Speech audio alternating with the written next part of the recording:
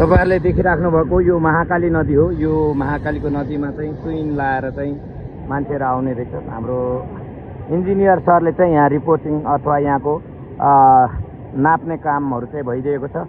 तपाईहरुले देखिराख्नु भएको छ भने पीडित परिवारहरु यसरी आइरहेको अवस्था तपाईहरुले देखिराख्नु भएको छ।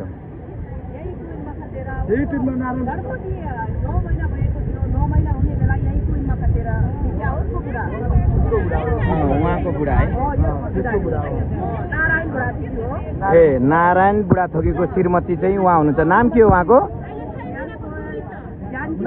ए जानकी बुढाथोकी हुनुहुँदैछ। उहाँको श्रीमान चाहिँ यही नदीमा बगेर आफ्नो जीवनलाई चाहिँ बलिदान दिनुभएको रहेछ। ट्विन चाहिँ यही हो दर्शकबिन, तपाईहरुले देख्न सक्नुहुनेछ।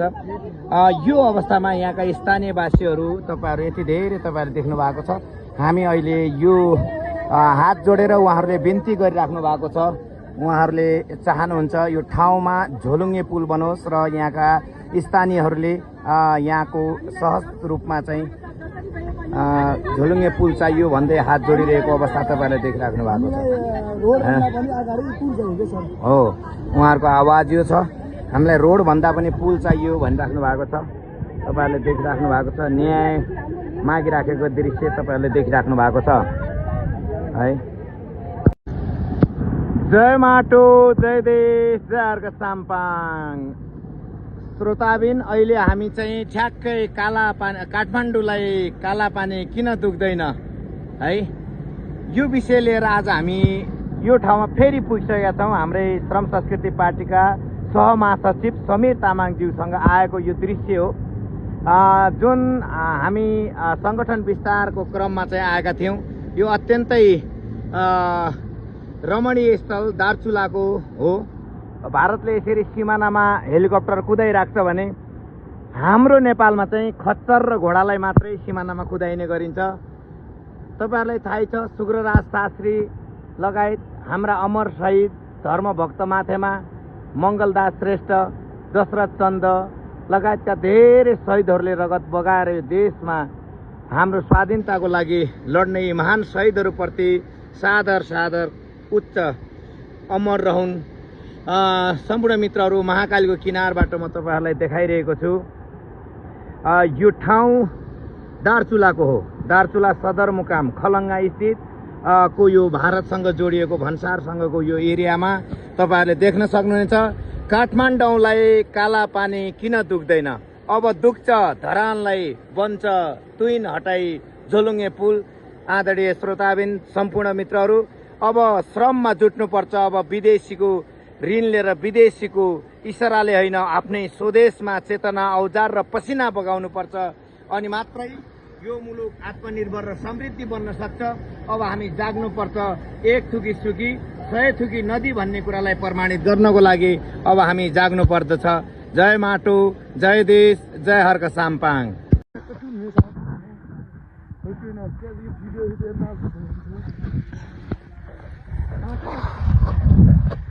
जय माटो भन्नलाई तपाईहरुको भाषामा के भन्छ भन्नु त? सा भनेको माटो, जय सा। जय हर्क साम्पाङ भन्नलाई के भन्छ? नहीं उहाँहरूको भाषा छुट्टै हुन्छ। के हुन्छ?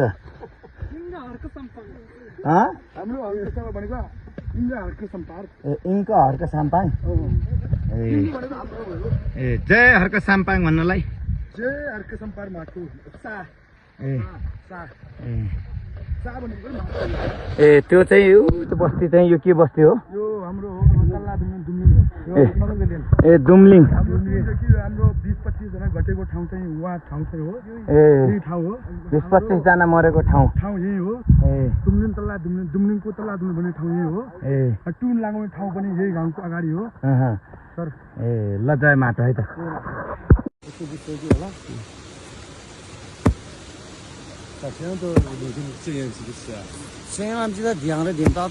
सभापतिज्यू पुरा ह्याप्पीको साथमा हान्दै हुनुहुन्छ त ड्याम्की ड्याम।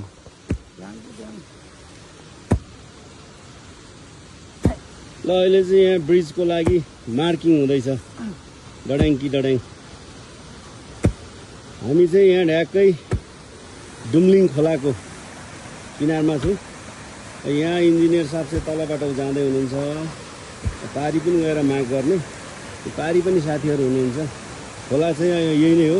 यसमा झोलुङ्गे पुल लाउने कुरा अगाडि बढिरहेको छ। तपाईँहरूलाई थाहै छ यो पहिला ट्विन यहीँ थियो अनि त्यही ट्विनबाट चाहिँ विद्यार्थीहरू स्कुलतिर जाँदाखेरि क्रस गर्दै गरेको भिडियोहरू आएको थियो।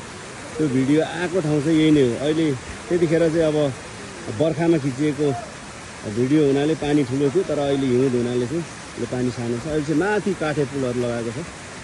एरिया चाहिँ यस्तो छ। पछि यहाँ पुल बनिसके पछाडि पारी पनि पार्क अनि यता पनि राम्रो चौतारी पार्क जस्तो बनाउनको लागि एकदम राम्रो स्पेस छ। हाम्रो श्रमदाताहरूले आएर खन्ने ठाउँहरू चाहिँ यही नै हो, यही हो। अनि पारीपट्टि पनि राम्रो छ ठाउँ। त्यहाँ हामीले प्रहरीहरू देख्न सकिँदैछ। त्यो एरियामा पनि श्रमदाताहरूले आएर खन्ने ठाउँ। त्योभन्दा माथि चाहिँ हामीले लाइकली टेन्टहरू तागेर बस्ने ठाउँहरू बनाउँछौँ यो एरियामा। अनि अर्को चाहिँ हामीले टेन्ट ताग्ने ठाउँ फेरि यो एरियामा पनि छ यहाँ माथि। साथीहरूले अहिले कन्टिन्यू सर्वे गर्दैछन्। अहिले भर्खरै यसको हाँगाहरू काटिएको छ यो एरियाबाट चाहिँ। अनि पछि यो रुखहरू सबै ढालेर यहाँनिर चाहिँ झोलुङ्गे पुल हुनेछ। अनि सदाको लागि यो एरियाको लागि ट्विनको विस्थापन हुनेछ। अहिले हाम्रो साथीहरू तल खोलै खोला हिँड्दै हुनुहुन्छ, इन्जिनियर साथीहरू लगायत अरू साथीहरू पनि सबै सर्वेको लागि। ल श्रमदाताहरू ढुकाउनुहोस्, तपाईँहरूको लागि हामीले एरिया हेरिसकेका छौँ। यो डुम्लिङ माथिल्लो डुम्लिङ भन्छ यो। अनि यहाँबाट तल हेर्दाखेरि चाहिँ गाउँहरू देखिँदैछन्। ती गाउँहरू भनेको सबै तल्लो डुम्लिङ चौरा। यो चाहिँ बेस गाउँपालिका अन्तर्गत डुम्लिङ गाउँहरू चौरा, यता माथि मल्ला डुम्लिङ के भन्छ। अनि एकदम ठाउँ चाहिँ रमणीय छ, रमणीय। यो खोलाको शिर चाहिँ धेरै माथि छ, तर हामीले यहाँ छाँगाहरू देख्न सक्छौँ। त्यो छाँगाभन्दा माथिहरू पनि 2-4वटा घरहरू छ। यो रुखको पछाडि पनि बस्ती छ। यहाँ ठाउँ चाहिँ एकदम रमणीय छ। सबैजना श्रमदाताहरू तपाईँहरू रेडी हुनु होला। मोटामोटी 15 दिन चाहिँ छुट्याइराख्नु होला यो ठाउँको लागि। धन्यवाद। जय देश जय माटो। ल हेर्नुहोस्, भारतको नदी काला पानीलाई किन दुख्दैन काठमाडौँ भन्ने बोर्ड चाहिँ ऊ त्यो हो। हामी चाहिँ अहिले भारततिर जाँदैछौँ है।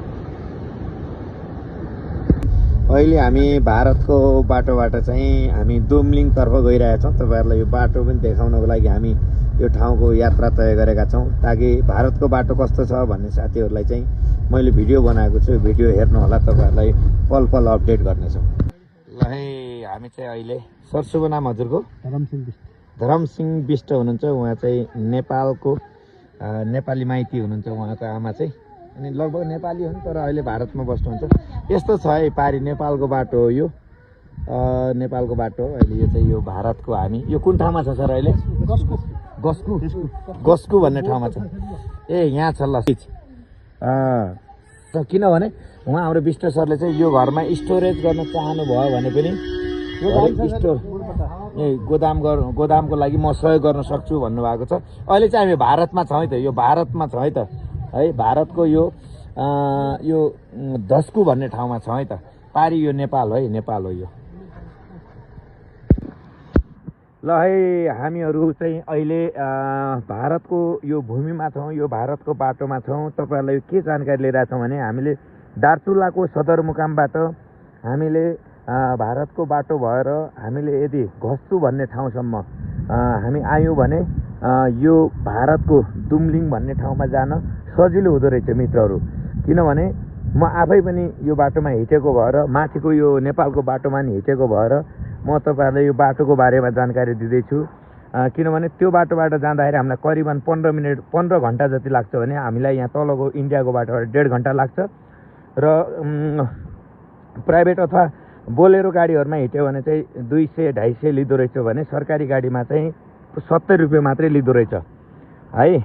अब 70 रुपियाँ ल्याउने गाडी चाहिँ ठ्याक्क। ल है साथीहरू, यस्तो हुन्छ भारत नेपालको सिमानामा गेट। हामी चाहिँ अहिले महाकालीको माथि छौँ, झोलुङ्गे पुल। यस्तो छ है अवस्था। जय माटो, जय माटो, धाइ छाडो धाइ।